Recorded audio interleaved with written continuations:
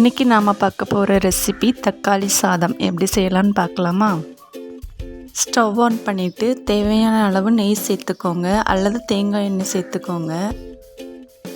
நெய் நல்லா சூடானதுக்கப்புறம் ஒரு பிரியாணி இலை, ஒரு துண்டு பட்டை சேர்த்துக்கோங்க, 3 ஏலக்காய் சேர்த்துக்கோங்க, ஒரு நட்சத்திர கல்பாசி சேர்த்துக்கோங்க, அப்புறம் கொஞ்சமாக சோம்பு சேர்த்துக்கோங்க.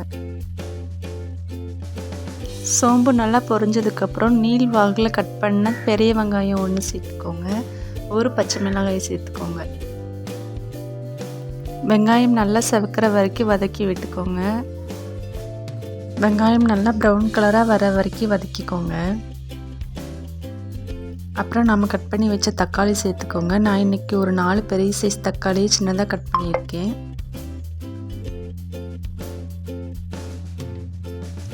தக்காளி வதக்கிறதுக்கு தேவையான அளவு உப்பு சேர்த்து வதக்குங்க. உப்பு சேர்த்து வதக்குனா நல்லா வதங்கிடும், தக்காளி சீக்கிரமாக வெந்துடும். கொஞ்சமாக கருவேப்பிலை சேர்த்து வதக்குங்க.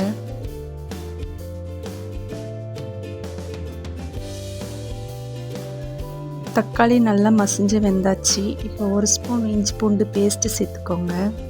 சேர்த்துட்டு அதோட பச்சை வாசனை போகிற வரைக்கும் நல்லா வதக்கி விடுங்க. 1/2 ஸ்பூன் மஞ்சள் தூள் சேர்த்துக்கோங்க. நார்மல் மிளகாய்த்தூள் 1 ஸ்பூன் சேர்த்துக்கோங்க. காஷ்மீரி மிளகாய்த்தூள் 1 ஸ்பூன் சேர்த்துக்கோங்க.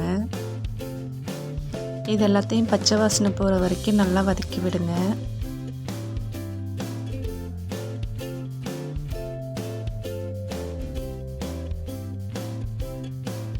நான் இப்போ 2 டம்ளர் பாசுமதி அரிசியை 1/2 மணி நேரம் ஊற வச்சு எடுத்திருக்கேன். 1 டம்ளர் பாசுமதி அரிசிக்கு 1.5 டம்ளர் தண்ணி அளவு சரியாக இருக்கும். நீங்கள் சாப்பாடு அரிசி சேர்த்திங்கன்னா உங்களுக்கு தண்ணியோட அளவு மாறுபடும். நீங்கள் சாப்பாடு அரிசி சேர்க்க போகிறதா இருந்தால் உங்களுக்கு எப்போவும் தண்ணி எவ்வளோ சேர்ப்பீங்களோ அவ்வளோ சேர்த்துக்கோங்க. இப்போ நான் ஊற வச்ச பாசுமதி அரிசியை அலசி எடுத்து வடிகட்டி சேர்த்துக்கிறேன்.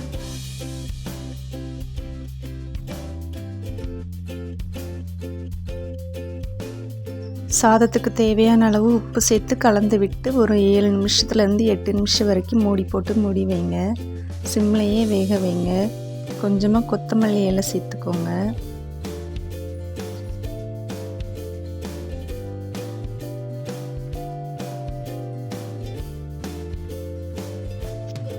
பாசுமதி அரிசி ஒரு 7லேருந்து 8 நிமிஷத்தில் வெந்துடும்.